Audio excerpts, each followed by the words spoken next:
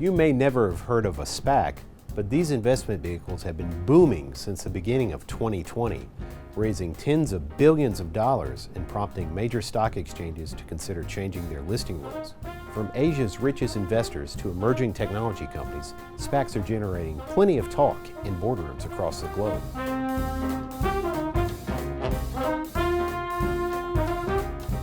SPAC stands for Special Purpose Acquisition Company. They are a type of shell company that can be listed on a stock exchange, but they do not operate as actual businesses. SPACs are designed solely to raise money from investors to buy assets, usually private, unlisted companies. They have few constraints on how they can spend the cash, except they have a limited time to do so. Typically, they have to give the money back if they do not complete a deal within 2 years. SPACs have been around for decades, but really shot into the spotlight following the outbreak of COVID-19. These blank check companies raised more money in 2020 than they did in the prior 15 years combined. That torrid pace continued in 2021, with SPACs raising more than $100 billion in the first 4 months of the year. One reason for their popularity, they make it easier for private companies to go public by bypassing the lengthy and sometimes cumbersome initial public offering process. SPACs also are a safer bet in the minds of some investors.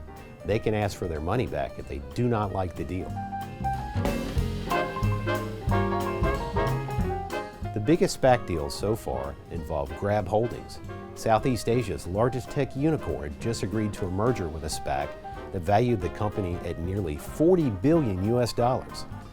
Other companies embracing the SPAC stampede include co-working giant WeWork, online gaming site DraftKings, and gourmet burger chain BurgerFi International.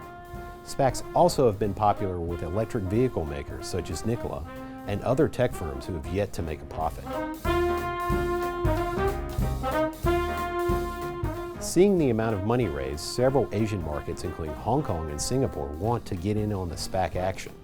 While Hong Kong currently does not allow SPACs, regulators are studying proposals that would permit their listing on the city's stock exchange. Their review is expected to take a few months. Several of the city's tycoons have already jumped on the SPAC bandwagon, going to the U.S. to tap into the deal-making frenzy.